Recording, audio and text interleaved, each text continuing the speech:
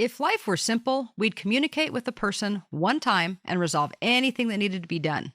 That is not the way life goes, though. In fact, many times we communicate about a certain topic many times over many days, and sometimes even with many people over many months. This occurs both in person and via email. All of these variables make organizing and reviewing all of the threads of a conversation, especially in email, that now reside in various messages, very difficult.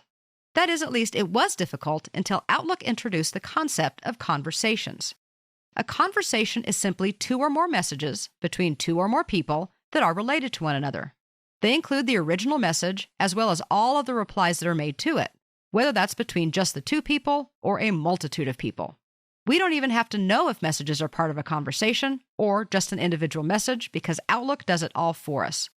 All we need to do is enable the conversation view.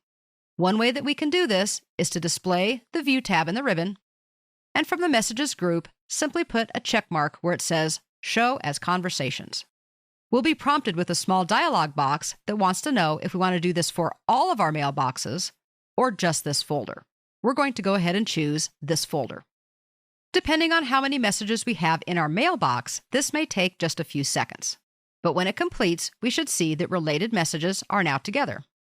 It may be subtle, so we might need to look a little more carefully. In this case, I'm seeing a message from Susan Jensen called Annual Reports. It now has a little triangle next to it, and it also has the number 2, letting me know that there are 2 messages that are part of this conversation.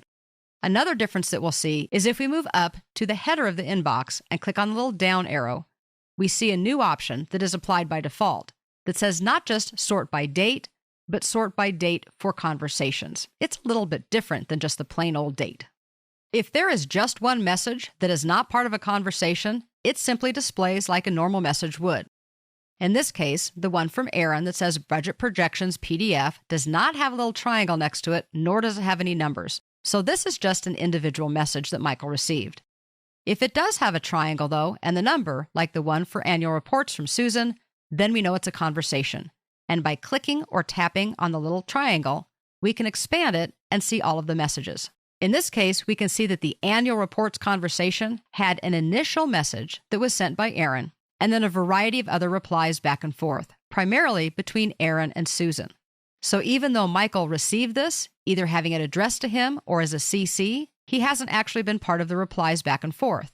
There's one from Aaron, another one from Aaron, a reply from Susan, back to Aaron twice, and Susan again.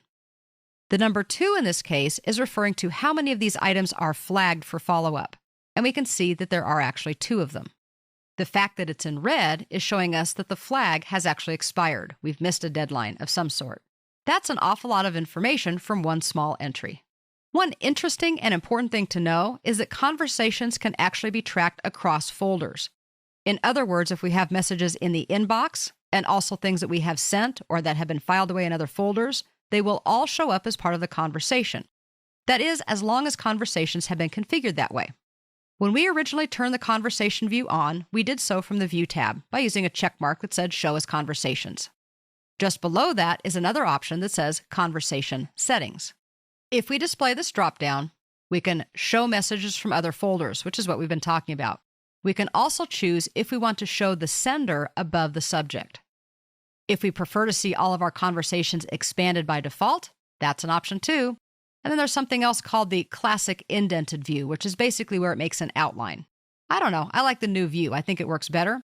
But we may say that we do not want to show senders above the subject. So we'll go ahead and give that a click and disable that. Now what we're seeing is simply that Annual Report shows up as the subject, which to me is a little bit more important.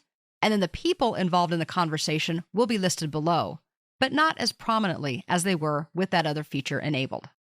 Another benefit to conversations is if we expand this conversation out. And remember that we are acting as Michael, and we're going to come back down and respond to one of these messages, but not the latest one. We're going to respond to an earlier version. If we select that, move over to the reading pane and click on Reply, Outlook shows us in the info bar at the top of the message that we are not responding to the latest message in the conversation. In addition, if we say, wait a second, we do want to respond to the latest conversation thread, we can actually click on a simple link to open it. We don't have to search through the conversation thread in order to find it. That can certainly be useful to make sure that what we reply to doesn't make us sound like we're out of the loop and behind the curve. We're not going to actually make a reply, so we'll just click or tap discard to close out of that reply message. Remember that conversations are just a view. We haven't really done anything to move or modify any of the messages.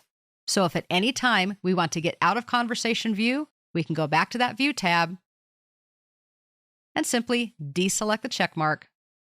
We'll be prompted again whether we want to do that for all mailboxes or just this folder. We can make the appropriate choice, and it will put our inbox or whatever folder we're looking at back to the way it was by default without conversations. You know, we actually used to have real conversations with people, but it seems these days they are growing fewer and farther between.